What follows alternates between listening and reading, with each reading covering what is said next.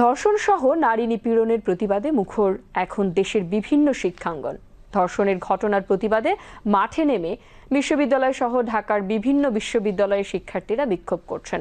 ধর্ষণের ঘটনায় সুষ্ঠু তদন্ত ও দ্রুত সময়ের মধ্যে দোষীদের সর্বোচ্চ শাস্তি কার্যকরের দাবি তাদের। আরও জানাচ্ছেন সীমা শারমিন।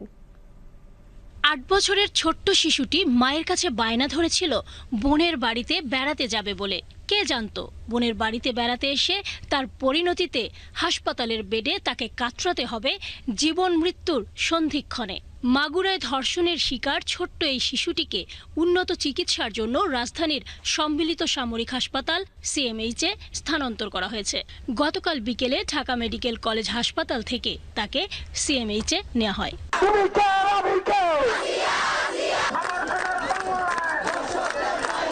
শিশু ধর্ষণের নৃশংস এ ঘটনায় জড়িতদের সর্বোচ্চ শাস্তির দাবিতে উত্তাল ঢাকা বিশ্ববিদ্যালয় সহ দেশের বিভিন্ন বিশ্ববিদ্যালয় ক্যাম্পাস।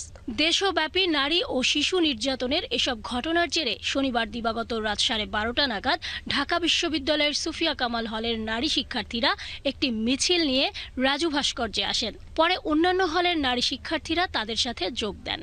এ সময় নারী শিক্ষার্থীদের সঙ্গে বিভিন্ন হলের পুরুষ শিক্ষার্থীরাও মিছিলে যোগ দেন।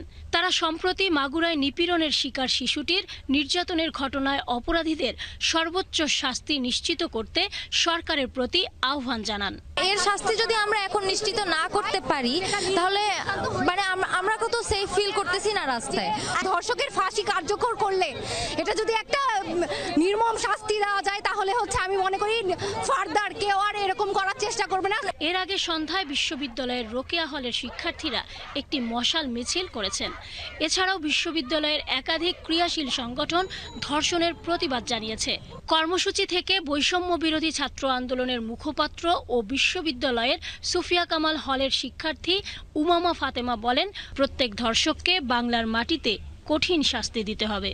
আগামী 24 ঘন্টার মধ্যে এই যে ধর্ষকদেরকে ধরা হয়েছে তাদেরকে আদালতে হাজির করতে হবে। আমি ধর্ষিত হতে চাই না, এজন্য আমি এসেছি। আমি আমার জন্য এসেছি, আমি আসিয়ার জন্য এসেছি, আমার পরবর্তী প্রজন্মের জন্য এসেছি। একটা ছোট্ট বাচ্চা, 8 বছরের বাচ্চা, ক্লাস 4-এ পড়ে বাচ্চা, ওরা সেফ না, আমরা কিভাবে সেফ? ধর্ষণের প্রতিবাদ ও ধর্ষণকারীর সর্বোচ্চ শাস্তি নিশ্চিতের দাবিতে বিক্ষোভ মিছিল করেছেন রাজশাহী বিশ্ববিদ্যালয়ের শিক্ষার্থীরা।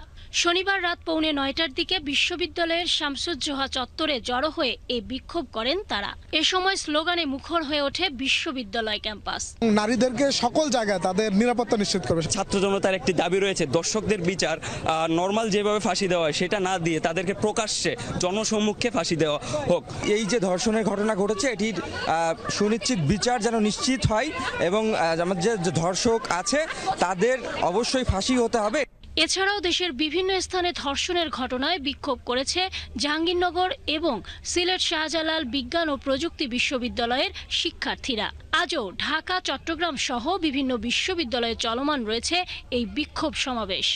ধর্ষণের ঘটনায় সর্বোচ্চ বিচার নিশ্চিতের দাবি এসব শিক্ষার্থীদের। সীমা শারমিন, বিটিভি নিউজ।